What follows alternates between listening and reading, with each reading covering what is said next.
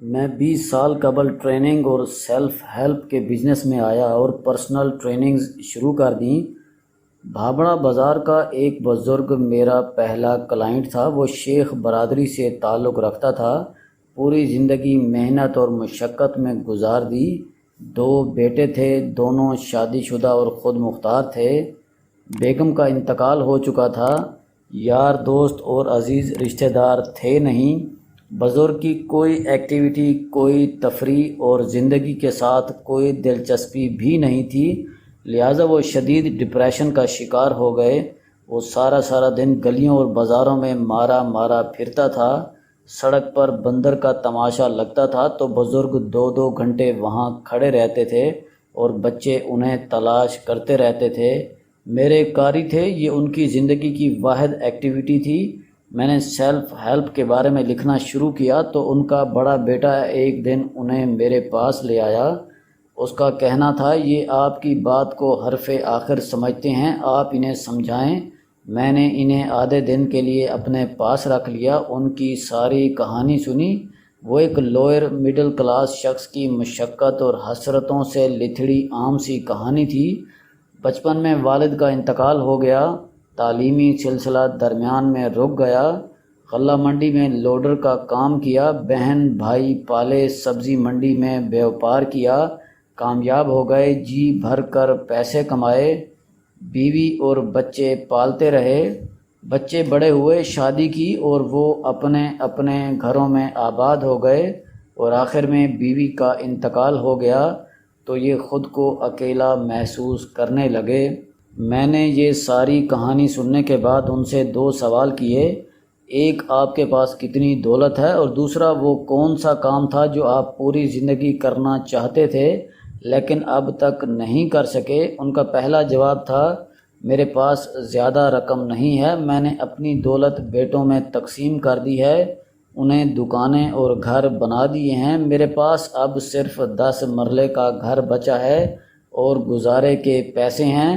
میں نے پوچھا، آپ کے گھر کی مالیت کتنی ہے؟ وہ اطمینان سے بولے، 2 ماہ قبل اس کے 10 کروڑ روپے مل رہے تھے۔ میں نے حیرت سے پوچھا، 10 کروڑ روپے 10 مرلے کے گھر کے؟ میں آپ کو یہ بھی بتاتا چلوں، یہ سن 2000 کی بات تھی اور اس زمانے میں 10 کروڑ روپے بہت بڑی رقم ہوتی تھی۔ اسلام آباد کے پوش سیکٹرز میں 2 کروڑ روپے میں 1.5 کنال کا گھر مل جاتا تھا۔ وہ ہنس کر بولے، میرا گھر کمرشل ایریا میں آ گیا ہے، پوری گلی میں دکانیں بن چکی ہیں، صرف میرا گھر بچا ہے، لہٰذا یہ ٹھیک ٹھاک مہنگا ہے۔ میں نے لمبا سانس لیا اور اس کے بعد ان سے دوسرے سوال کا جواب مانگا۔ وہ شرما کر بولے، میں جوانی میں ایک بار لاہور کے ہلٹن ہوٹل میں گیا تھا، اس کی صفائی، سروس اور خوبصورتی میرے دل میں کھپ گئی۔ میں کسی 5 سٹار ہوٹل میں 2-3 دن رہنا چاہتا ہوں، یہ میری زندگی کی سب سے بڑی خواہش ہے۔ میری ہنسی نکل گئی۔ میں نے ان سے پوچھا، کیا آپ کی زندگی میں کوئی ذمہ داری باقی ہے؟ وہ آہ بھر کر بولے، ہرگز نہیں، میں سب سے فارغ ہو گیا ہوں۔ میں نے ان سے پوچھا، کیا آپ میرے مشورے پر عمل کریں گے؟ وہ خوش دلی سے بولے، 100%۔ میں نے عرض کیا، آپ پھر اپنا مکان بیچ دیں، پیسوں کو 3 حصوں میں تقسیم کر دیں، ایک حصے سے کوئی کمرشل بلڈنگ خرید لیں اور اسے کرائے پر دے دیں، باقی دونوں حصوں کو 2 مختلف بینکوں میں رکھیں اور خود پوری زندگی کے لیے 5 سٹار ہوٹل میں شفٹ ہو جائیں۔ وہ حیرت سے میری طرف دیکھنے لگے اور بولے، کیا یہ ممکن ہے؟ میں نے ہنس کر جواب دیا، 100%۔ وہ بولے، آپ اپنی ان تینوں تجاویز کو ذرا ایکسپلین کر دیں۔ میں نے عرض کیا، میں آخری تجویز سے سٹارٹ کرتا ہوں۔ آپ جب 5 سٹار ہوٹل سے پیکج ڈیل کریں گے تو یہ آپ کے ساتھ 10,000 روپے روزانہ کے حساب سے ڈیل کر لیں گے۔ یہ رقم ماہانہ 3 لاکھ روپے اور سالانہ 36 لاکھ روپے بنتی ہے۔ ہم اگر 36 لاکھ کو 10 سے ضرب دیں تو یہ 3 کروڑ 60 لاکھ روپے بنیں گے، اور یہ آپ کے مکان کی مالیت کا 36% ہوگا۔ آپ گویا اپنی دولت کے 36% میں سے 10 سال 5 سٹار ہوٹل میں رہ سکتے ہیں۔ آپ کی عمر اس وقت 66 سال ہے، آپ 10 سال بعد 76 سال کے ہوں گے، اللہ تعالیٰ آپ کو لمبی عمر دے، آپ اس کے بعد اگلے 10 سال دوسرے اکاؤنٹ سے ادائیگی کریں اور 86 سال کی عمر تک 5 اسٹار ہوٹل میں رہیں۔ اللہ نے اگر آپ کو مزید مہلت دی تو ہمارے پاس ایک کمرشل پراپرٹی ہوگی، اس کی مالیت بھی اس وقت تک کم از کم 10 کروڑ ہو چکی ہوگی، اور ہم اس رقم سے مزید 20-30 سال 5 اسٹار ہوٹل میں رہ لیں گے۔ وہ بے چینی سے کرسی پر تڑپے اور پوچھا، کیا ہوٹل مجھے پوری زندگی 10,000 روپے میں کمرہ دے دے گا؟ اس کے ریٹس بھی تو بڑھیں گے۔ میں نے ہنس کر جواب دیا، ہاں بڑھیں گے، لیکن میں نے پہلے مشورے میں آپ کو بتایا تھا ہم گھر کی رقم کے ایک حصے سے کمرشل پراپرٹی خریدیں گے اور اسے کرائے پر دے دیں گے۔ اس پراپرٹی کا کرایہ ہوٹل کی پیمنٹ کو بیلنس کرے گا، جبکہ میں نے دوسرے حصے میں آپ کو مشورہ دیا آپ رقم کے 2 حصے 2 مختلف بینکوں میں رکھیں۔ آپ کا سوال ہونا چاہیے 2 مختلف بینکوں میں کیوں؟ کیونکہ اگر خدا نخواستہ کوئی ایک بینک ڈیفالٹ کر جائے تو بھی ہمارے پاس آدھی رقم بچی رہے گی، ہمارا لائف سٹائل ڈسٹرب نہیں ہوگا۔ وہ تھوڑی دیر سوچتے رہے اور پھر بولے، کیا یہ میرے بچوں کے ساتھ زیادتی نہیں ہوگی؟ میرا مکان میرے بچوں کی امانت ہے۔ میں نے ہنس کر جواب دیا، شیخ صاحب آپ کے بچے جوان اور خود مختار ہیں، یہ اپنے اپنے گھروں میں آباد ہیں، اپنا کام کر رہے ہیں، ان کو آپ کا مکان نہیں چاہیے، اور اگر چاہیے بھی تو بھی ان کا اس پر کوئی حق نہیں بنتا۔ آپ نے ان کی اچھی پرورش کی، تعلیم دلائی، برسر روزگار کیا اور شادیاں کرا دیں۔ اب ان کا فرض ہے یہ اپنی اور اپنے خاندان کی ذمہ داری خود اٹھائیں۔ دوسرا، آج آپ کے مکان کی مالیت 10 کروڑ روپے ہے، آپ 5 اسٹار ہوٹل میں بھرپور زندگی گزارنے کے بعد بھی ان کے لیے 10 کروڑ روپے کی کمرشل پراپرٹی چھوڑ جائیں گے؟ آپ ان کا حق نہیں ماریں گے، آپ انہیں حق سے زیادہ دے کر جائیں گے۔ شیخ صاحب کی آنکھوں میں آنسو آ گئے، وہ اٹھے اور مجھے گلے لگا لیا۔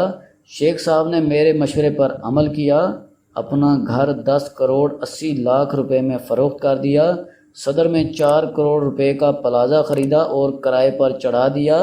6 کروڑ 80 لاکھ روپے بچ گئے، 3 کروڑ 40 لاکھ روپے ایک بینک اور دوسری رقم دوسرے بینک میں جمع کرا دی۔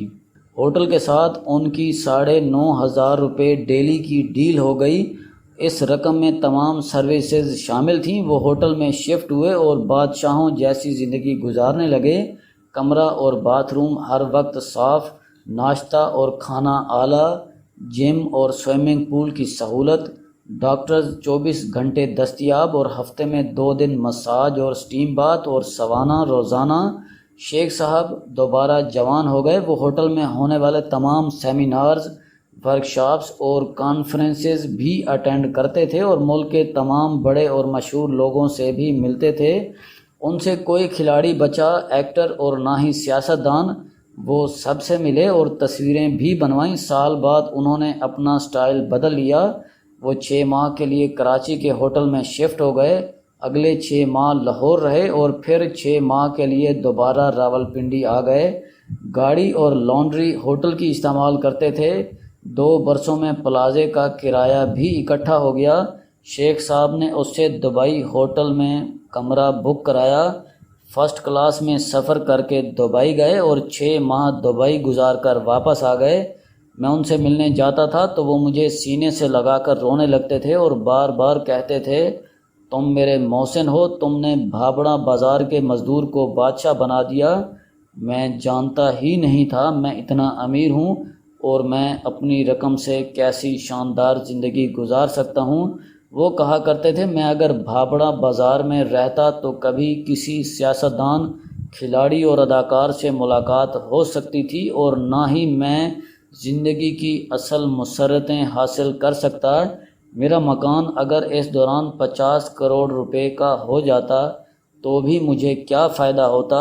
میں تو گلیوں میں رول کر ختم ہو گیا ہوتا۔ میری آنکھوں میں بھی آنسو آ جاتے تھے۔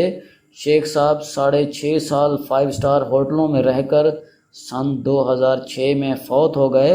انتقال کے بعد ان کے اثاثوں کا تخمینہ لگایا گیا تو ان کا کمرشل پلازا 13.5 کروڑ روپے کا ہو چکا تھا اور ان کے اکاؤنٹ میں اس وقت بھی 1.25 کروڑ روپے تھے۔